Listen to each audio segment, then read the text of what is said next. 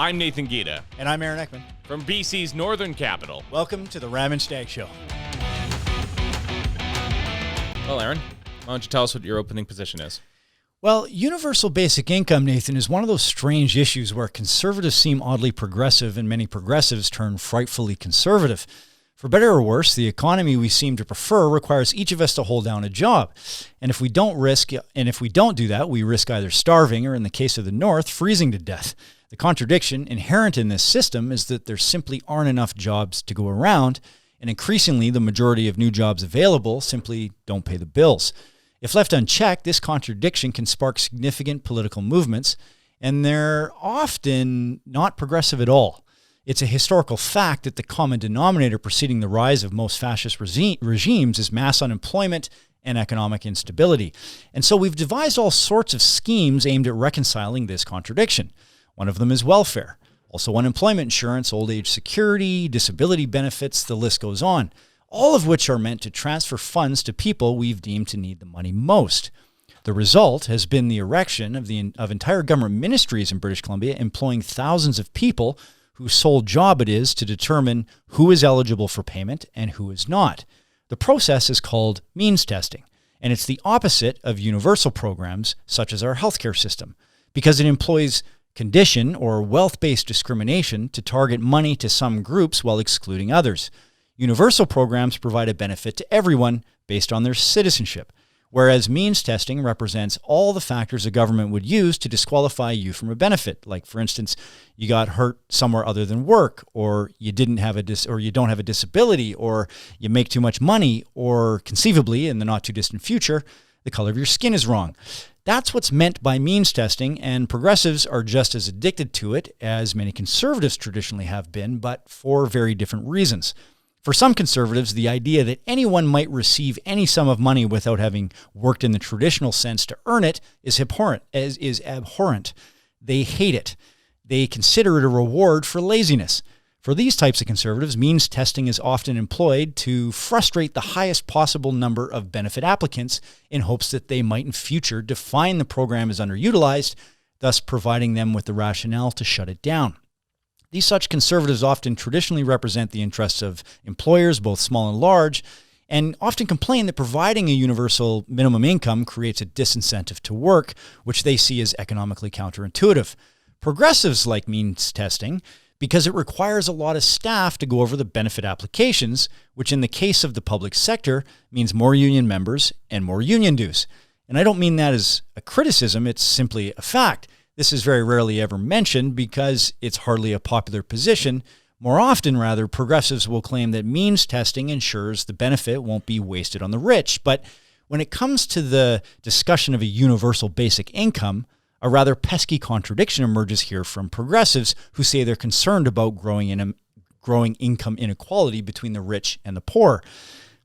These are the people who often complain about the so-called 1%, controlling the vast majority of wealth in society. And make no mistake, I'm one of those people who complain about the 1%.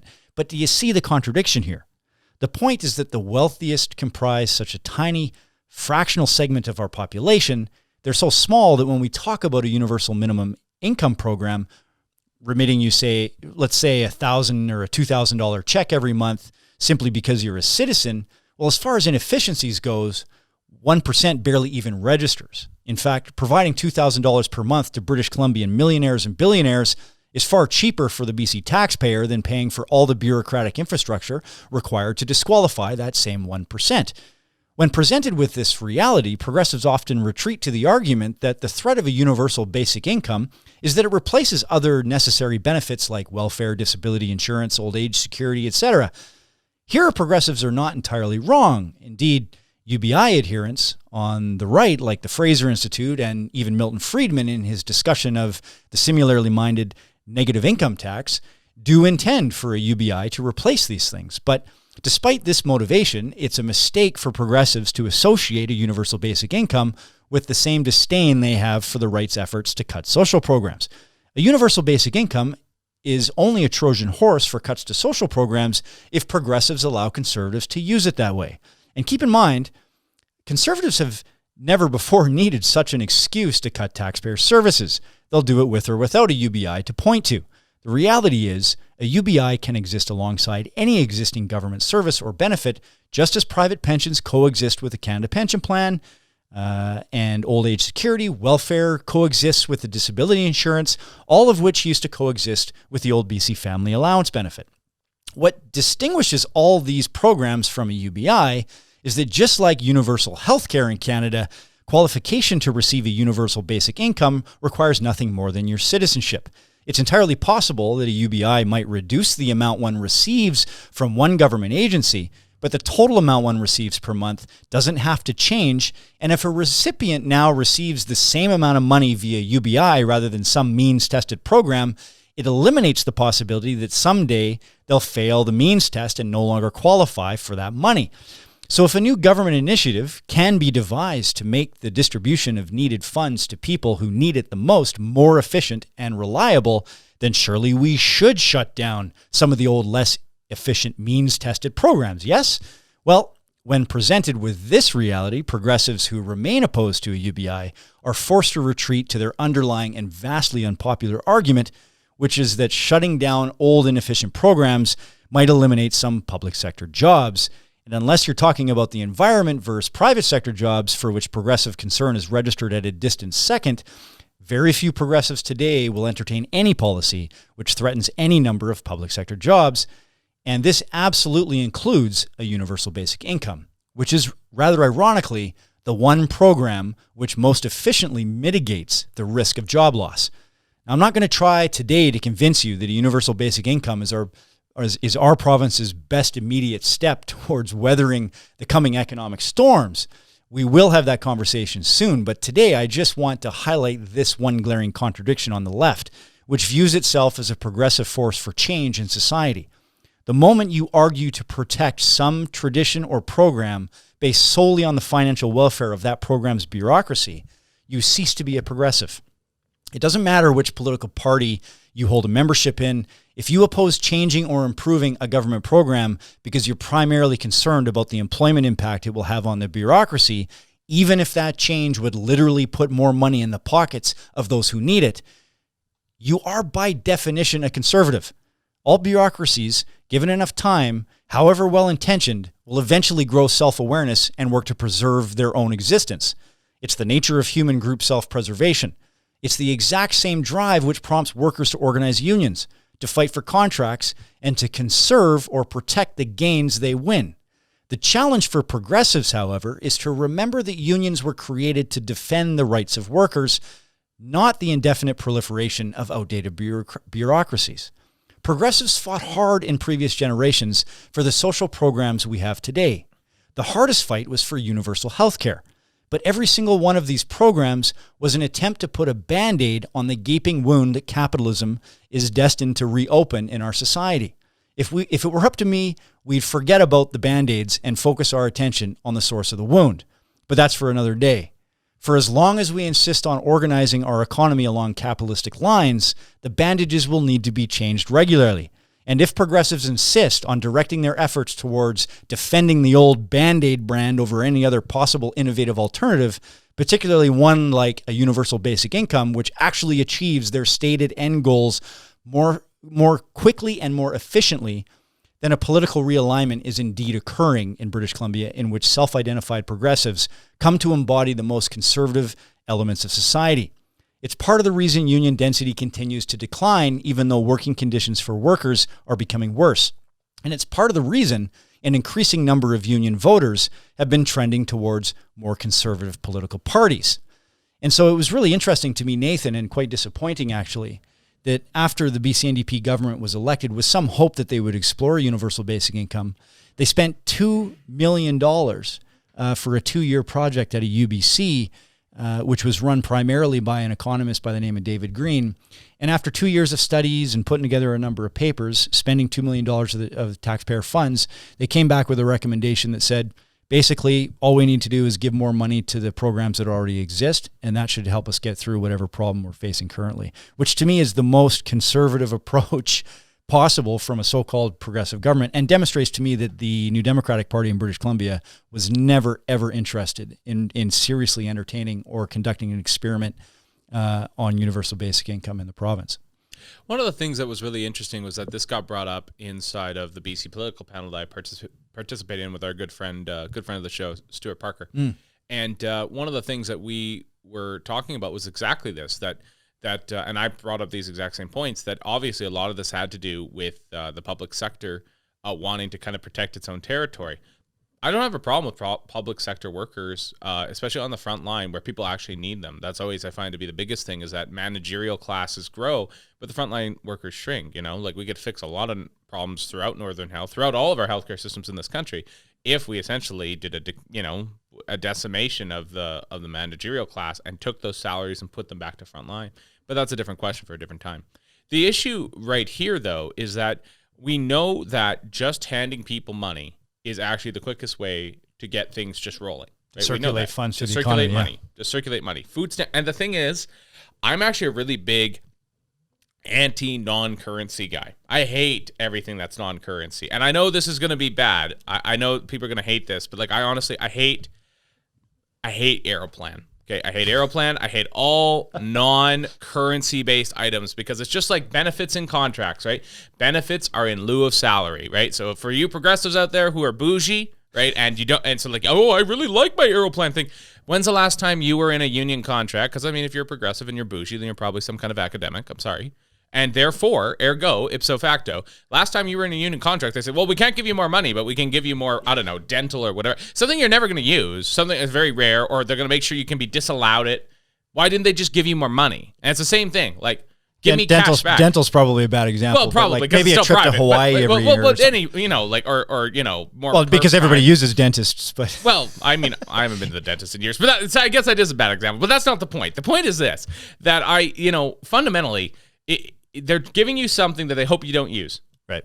And they're banking on you not exactly, using and they could have just given you money, right? They could have just given you money, yeah. And that's the thing that gets to me. It's like, just give people real money. It's the same thing with the stupid charge cards and all the stupid points. It's like, no, give me cash back.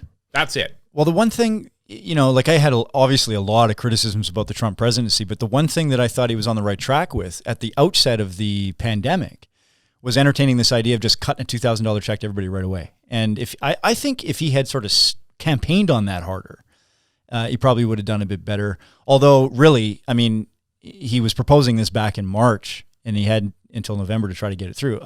What he really should have done is, instead of playing around with Congress over all these different stimulus bills, he really should have just tried to push this through executive order and let Congress push back on it. Even if he didn't get it, I think he would have come out looking the champion.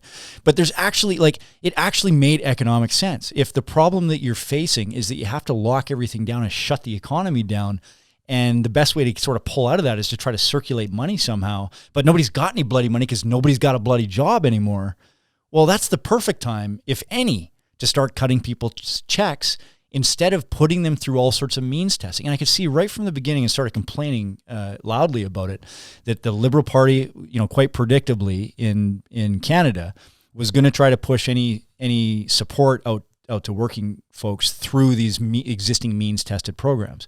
Well, if anybody's ever had to go through the employment insurance process, it is so bureaucratic, and the amount of paperwork you got to go through to stay on employment insurance, I've been told for years, is just ridiculous. So much so that there are dedicated EI advocates to try to help people through this process. And often unions play a role in trying to help people deal with EI as they get laid off and stuff like that, because it's so difficult. Well, that difficulty comes with a literal cost. You have to pay people to devise all these hoops that you make people jump through. Then you got to pay people to watch them jump through the hoops to make sure they cleared the hoop. And you gotta pay them to check in with them all the time, because every time you set up a system that tries to discriminate against people based on their income or their disability or whatever, there's a huge bureaucratic cost to excluding others from that benefit. And if your goal is, we should have just admitted at the outset of the pandemic, the goal was not to eliminate poverty. The goal actually, because poverty exists, poverty existed well before the pandemic did. We should alleviate poverty. But the goal at the outset of the pandemic should not have been to alleviate poverty. It should have been to keep the economy going to the best of our ability possible, given that people were losing their jobs like crazy. And simply cutting them a check would have made a lot of sense.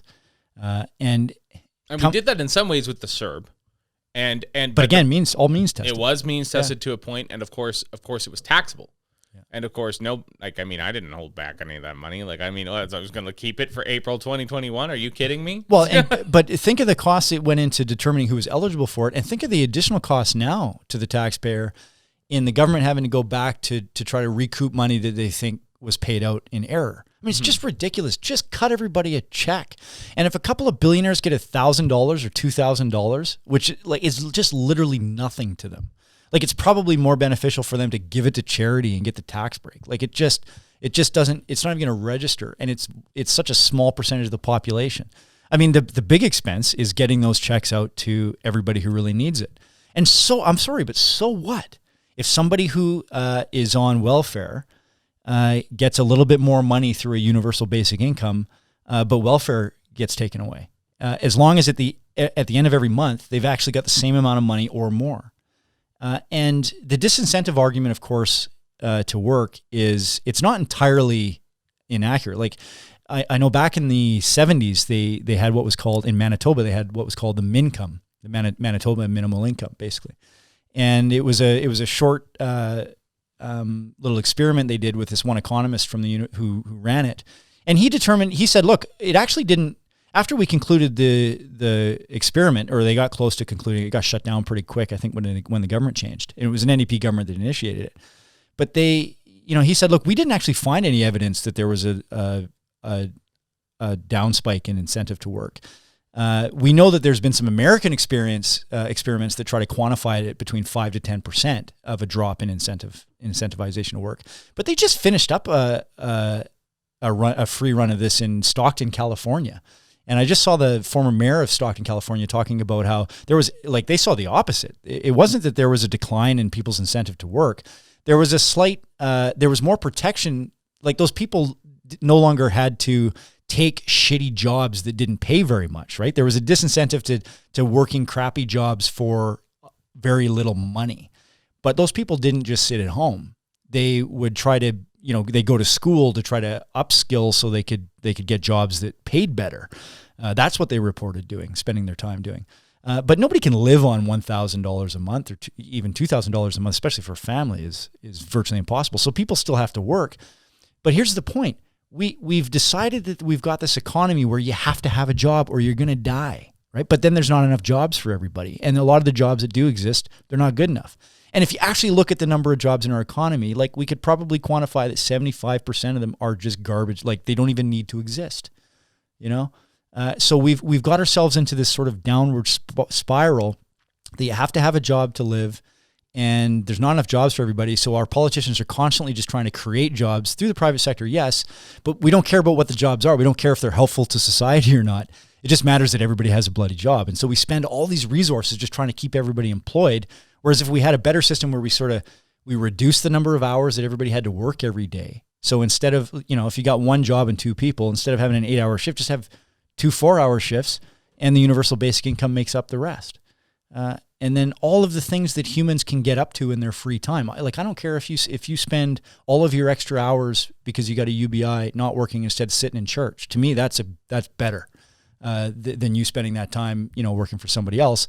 If there's enough other people around to do the work, it also enables us to get people experience in other professions that they might not otherwise, because it reduces the need to hang on to your job and protect it. Because if you lose it, it's not like the end of the world for you.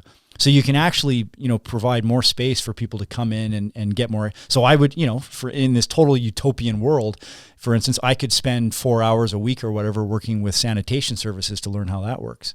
And we could start to view some jobs more like jury duty that you occasionally get sucked into than something you have to do, otherwise your family's going to die. I mean, that's certainly how I would hope our political system would work, is that, you would be drafted into it, cast lots, whatever, make sure that people would be. I mean, if the 10 people on your street are expected to be able to organize neighborhood watch and neighborhood activities and that sort of thing, why can't it be, another 10 people, from down the street that are helping run the city? Why can't it be like that? It should be ever growing circles of representation and whatever else. I guess that's like citizen assemblies and stuff like that. But anyways, again, that gets into a whole other political argument. But I guess coming back to the core question of at least the benefits of UBI, I think for conservatives, there's at least 2 parts to it. The one part is going to be like, well, okay, where's the money going to come from? Right. That's one legitimate question. And good question. And the other half of the question is, even so, like, even we could get to that utopia, wouldn't it be better for people to be just totally independent on their own anyways, even if that would look like, so for those of us who maybe hold to a kind of non-Manchester liberalism version of Toryism, so kind of like almost a romantic version of Toryism from the early 19th century, which was a reaction to what was happening. And it kind of showed up again in the 20th century, the former G.K. Chesterton and a few other thinkers, is that, why can't we try to put people back onto the land, for example, and have them be independent, or find a way that people can be self-reliant? And that way, there's at least less of a burden on this whole kind of behemoth called civilization and the Leviathan of government. And simultaneously, that freeholder, right, that freeholder understands, like, maybe they don't have, they don't have a nation, but they have a yard, they have a yard, they have a house, they have something that's their own, and they're a freeholder in that nation, and that way they can negotiate with their other freeholders as to what they want the political future of that nation to be, because they're not dependent, they're interdependent, and they're capable of holding their own. And so this has been kind of an ongoing debate inside conservatives. Who's going to pay, or how are we going to make the money to do this? And then on the flip side, even if we could do it, would that actually be a necessary good? The payment itself, you mean? Well, yeah, or is that like, would it become a right? Well, yeah, or even like, would it become like, is that really what the common good means, or does the common good or commonwealth, right, mean something else? Like the idea that, well, no one starves and there's a sense of community and whatever else. It's not just a check in the mail while you live in a box and wait for Amazon to give you another bonus for something or whatever, like, living this very compartmentalized life like it's, I don't know, the Fifth Element or something. It's more like, no, there's a better belonging. There's a better belonging to fundamentally that you have a community and a sense of belonging, and even if you aren't very rich, you have that. That's where the fulfillment comes from. So who will pay, and then what kind of society do we want to make? Yeah, and we should do a whole episode on this, but the question of who will pay is a very important one. And really, like, in terms of budgeting this stuff out, you sort of, you have to approach it from the perspective of what government is currently spending a lot of money on. And it'd be one thing for me to say, well, and I have said, it's cheaper to pay that benefit out to the whole population than it is to try to means test it and segment it. The reality is we've already figured out how to pay for a whole host of different benefits that people receive without doing any work. Disability insurance, old age security.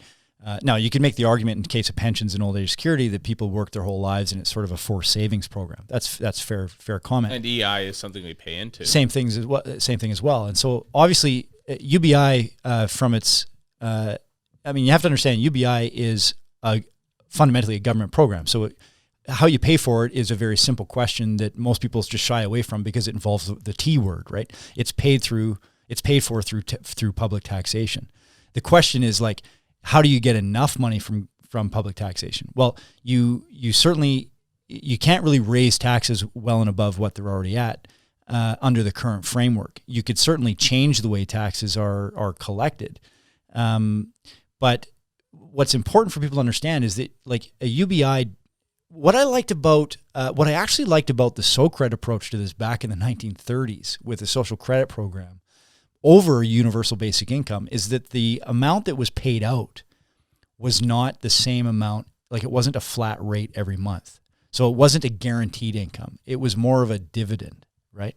So the question of how it was paid for in cases where the government wasn't pulling in as much revenue this year, for instance, as it was last year, was reconciled by simply paying a lower dividend out. So your operating costs don't become the thing that you can't reconcile, right? Like, right. If you just have this payment you have to make, like debt, for example, right? Like interest on debt, you have to make this payment, and it's like, well, we didn't make a lot of revenue this year. Well, now we're taking out more debt to pay the debt because that makes sense. And that absolutely puts any government, province or national or otherwise, into an unsustainable position. So that's not what I think people should be advocating. Well, banks are very nice people. Yeah, no, of course, and they'll just give you money just because they like the look of your beard. Yeah, that's right. Yeah, so that was a better system, but ultimately, none of these systems require more money.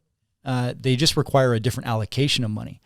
And it's less, I mean, I really appreciate the sort of the philosophical approach that the right has to it in terms of who should be paying. And again, these are the fundamental questions that are really wrapped up in means testing, like who should be the recipient and that kind of thing.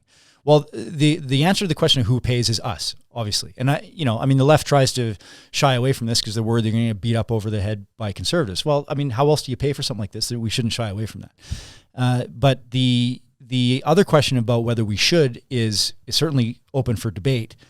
But the real debate I think that we should be having, the conversation we should be having, is what does the economy look like if we don't start doing this in the next few years, especially given the onset of automation. Yes. So, there was what was his name? John Roberts or Robarts or something like that, who was the Ontario Conservative Premier back in 1969.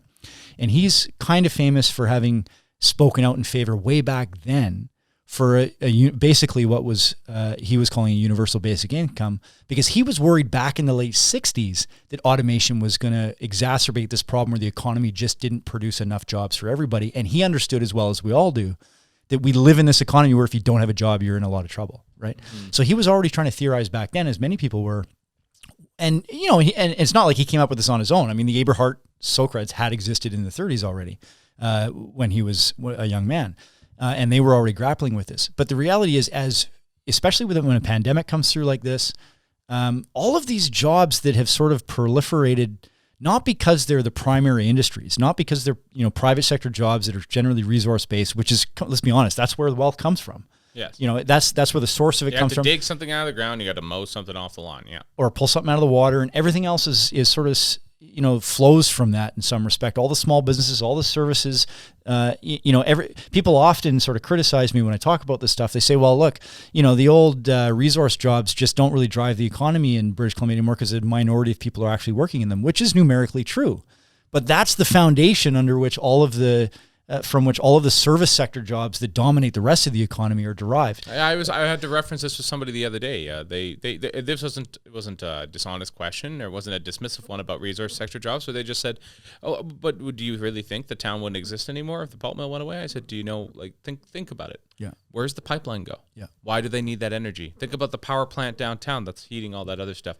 Like all the reason that there's even a university up here and everything else. That was the seed, but it's also an ongoing revenue source, and it makes sure infrastructure comes here. It's the heights of capital and the oligarchs that can make things happen in this way, whatever differences we might have with that class. Well, but then even in the private sector, say in mining, for instance, mining and like longshore, which is, it's not a primary industry, but it's trade of commodities and stuff. Going in and out of the ports. Literally where all your stuff comes from. Yeah, forestry. None of these industries, these are the industries that are actually under just as much or more threat of automation than anybody else. So the question isn't, will automation stop producing value? And I know some of the arguments against automation from those sectors are, we shouldn't move down that road because robots don't pay taxes, which is true. But it's not like they're not producing value. They're still doing the work. They're still producing wealth for someone. The societal question is, where does that wealth go and what do we do with it? Yes. And if robots are producing, I'm actually not opposed to a lot of automation because I think it makes our lives safer, because and it gives us more free time because we literally don't have to work as much because the robots are doing the work. But what the important question to resolve is, okay, so how does that wealth still flow back to British Columbians? I never thought I'd be in a room where somebody was trying to market fully automated space communism, but here we are.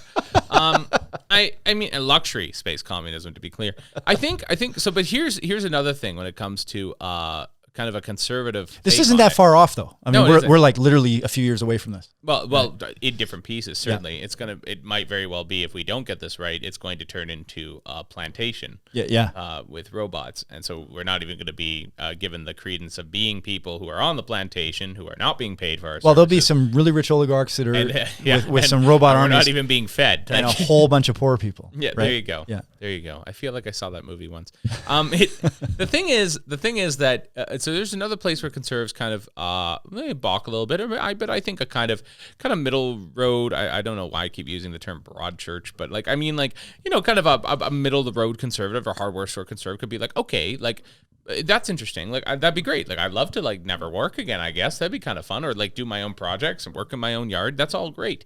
How do we get to that society, and who's going to, again, kind of pay for it or do it? Because what I'm thinking of really is kind of Animal Farm. right? Like, so we all know this parable, and I can hear it already. The left wingers will be like, "You can't use that reference every time. That is not the only theory. That's not fair." It's applicable. It's applicable. It is applicable, but they're not wrong. There are other leftist theory, questions, criticism that needs to be discussed, but another time. The point is, though, that in Animal Farm, like, the part that gets you is that, like, all the animals come together and they're like, you know what? Let's do it. We're gonna build the windmill. Like, we're gonna have, like, heated barns. Like, things are gonna be awesome. And, like, I don't know. I don't actually know the history of the Soviet Union enough to know if that was really the argument. But a utopia was promised. And so obviously people slaved away for the purpose of the motherland and what we got to get done here. And, you know, there's Boxer. Napoleon is always right. So here we go. And of course, the oligarchs, the powers that be, come together and they rob them of the wealth. They kill off anybody that's in their way, and they get slaves out of it, right? And so this is kind of the other question for conservatives. Like, well, at least with all these private enterprises, like, they all hate each other enough that they, you know, as much as they might all be persecuting me at some level, they also hate each other enough that I can be fairly certain that I'm not going to, like, wind up, you know, in a gulag tomorrow. But the problem they have with this idea of this collectivist mentality is, like, well, I mean, other people tried it, and, like, the idea that they could get to fully, well, automated for their time, a fully automated, wealthy society that was utopian, that didn't turn out so great for them either. Sure. So how are we going to get to that fully automated utopia? we just guard against the same mistakes that those people made, right? And, like, one could easily argue that in all sorts of circumstances, capitalistic economies have been abject failures, and yet it hasn't stopped us from trying capitalism again. American healthcare works. Yeah, right. Well, you know, I mean, there's all sorts of countries all over the world. I mean, the majority of people on Earth are 80% of the population of the planet is probably below what we would consider the poverty line, like dirt poor. And the vast majority of those countries are all capitalist, right? So you could, it would be very easy for me to say, just on a numbers game, that capitalism is like the least successful economic system in humanity. But I don't believe that. I mean, there's definitely productive elements of a capitalistic economy in terms of generating wealth in short periods of time. It also requires a fair degree of exploitation, and we're living through it. We did not have to go to a commissar for these mugs, for example. No, sure. I mean, and why should we have to do that, right? So it's reductive to get into these debates over, like, whether capitalism is better or socialism is better. I'm just talking about a universal basic income, right? And I happen, like, you know, when people would say, "Oh, well, you don't seem to be complaining about a capitalist system in Canada that well," it's like, no, because we have a pretty socialized healthcare system, which sort of takes care of a lot of the bare necessities that people would normally worry about in their worst times. And if we can sustain that and still have people run their own businesses and still have all the innovation and stuff that sort of emerges from that profit motive, well, what's wrong with that, right? But we have some real economic problems facing us, and it's not just wide-eyed socialists like me that are talking about this. It tends to be a lot of conservatives, and not just recently. Like, I mean, Milton Friedman, in his discussion of a negative income tax, was basically talking about the same thing, just coming at it a slightly different way. Yep. And the Eberhard conservatives, of course, or Sokrates, were very conservative, and they were the first ones to implement this in any real way at a provincial level. But what pisses me off the most about the provincial government's approach to this right now is we just finished up a 2-year study worth $2 million and came back with a recommendation that, well, we pretty much should just put more money into the existing welfare structure, and that maybe will help. We don't know. I think they had something like 42 different papers that were supposed to demonstrate this. It's like, you could have just taken the $2 million and picked a small community out in remote rural British Columbia. It could have even been a First Nations reserve, for instance. And you could have run that pilot project, given people $2,000 for a couple of years, and then you would have had some data to do something with. And instead of just sort of theorizing about it and looking at, I don't know even what they really looked at, you might have had some so hard data. Like, it's just such a waste. And the only way you do that is if you never had any intention of going down this road in the first place, because progressives are terrified of changing the whole employment paradigm. They're as terrified of it as employers traditionally have been. They're terrified of workers no longer being reliant on a union for their basic security, for instance. They're terrified of that whole framework being different than it has been in the past, which is why I say, if you're opposed to this kind of fundamental paradigm shift, you cease to be a progressive. You are by definition a conservative, which I'm fine with. We should have people that are wary of this stuff. Just don't lie about it. Just don't lie about what you are. Just be honest. Okay, you're a conservative on UBI. That's fine. I get along with him. I get along with you too. But he's honest and you're not. So I think it's interesting, right? Because it's one of those things where we are seeing this realignment. That's definitely part of it. We're seeing the realignment. But I think another issue here is that, like, I guess people are just looking for the fiefdoms, right? It's all about empire. It's always about empire. It's always about imperialism. And whether you can build the union for everybody, which I guess is what Unifor is now, or whatever's going on over there, or you can create the ultimate small business destroying entity like Amazon, right? The thing is that you just want your fiefdom, right? And the idea, in a sense, I guess, coming back to that kind of maybe more romantic version of conservatism, or what at one point was called redistributionism under Chesterton and people like Hilaire Belloc and a few others, was that the idea was that, well, we give everybody a little fiefdom, and then that way there aren't any big ones. Right, and they're all kind of part of a constituent assembly of little fiefdoms, and that way we make sure that, like, the power is just decentralized, and people can be more progressive. Like, that town probably is more progressive over there, just like this town is more conservative, and but they're all freeholders, and therefore have a stake, and therefore have a sense of belonging, community. There's a collective goodwill, collective projects, and therefore that's what's going to keep the oligarchs from taking over. And so it's an interesting problem to try and solve now, because the idea of putting everybody on, 5 acres with a cow, or whatever it needs to be, 10 acres and a cow, or using the seigneurial system that was being used in France, and in New France, with the river and then, like, little lines coming off of it, right? Because every little hermitage was allowed to have waterfront. That's a pretty good map to irrigate. The point is, I don't know exactly what that needs to look like, but the point is that, like, that's kind of, at least that's the one I carry with me. It's like, if I have a universal basic anything, it's like, let's get everybody back into a place where they are more independent. They're able to make more of their own food. They're able to make more decisions for themselves. Life doesn't cost so much. But obviously the means of that is pretty crazy. And so then I am amenable to these questions, but the simultaneous thing is, like, well, cool. So, like, maybe if we all like came together as a province, and we took the next 100 years and we built another 3 dams and made our electricity literally, like, a penny a kilowatt or whatever. Now you're speaking my language. Well, and like, we've got, I don't know, like, blimps in the air. I really like dirigibles, by the way. I'm that crank. I love dirigibles. Like, I totally think we should have dirigibles going all across this country that are going nice and slow and are very, very cheap to fly in. And then, ordnance can get up to the north and down to the south. That'd be great. But the point is, like, so we got all that going on, and it really does look like something out of, like, basically the Art Deco period, right? The 30s, right? Which got kind of fascist at times. But the point is, we got this whole thing going on, and it really is. It's kind of like a utopia, but it's like the problem is, somebody's going to screw this up. Right. Somebody's going to seize the reins, and they're going to take over. Assuredly. Yeah. And it's like, how do I stop those people from doing that? We have to stop them from doing it. Well, there you go. Yeah. And, the question how? Well, we'll figure it out when they try to take it over, but we'll stop them. And we have to, because if we don't, we know what the consequence is. Yeah. On that, I think we're agreed, but I think there's more to come on this issue. It's certainly something. I mean, there's a main Democratic candidate for the presidency. This is his main ticket, and he's doing quite well on it. So it's this issue that keeps coming up. And I don't think just because the BCNDP government has sort of shuffled the whole concept off into a corner of the UBC Economics Department, that it's going to go away. I think, especially in the high density urban areas, where, never mind there not being enough jobs, they actually have more jobs per capita down there than we do here. It doesn't matter what job you have, you can't afford. Never mind, you're talking about having a house in Independence and a yard and stuff. I mean, they can barely afford a postage stamp sized condo there. Yeah. So it's they're living in closets. That's right. I mean, it's not. Yeah. They're not. I mean, it's terrible. And the issue is definitely not going away. It's one that we'll cover here from the perspective of interior British Columbians, but I think also it'll be a big issue for the high density areas as well. So thanks for joining us on our episode today, and stay tuned for the next one coming up shortly.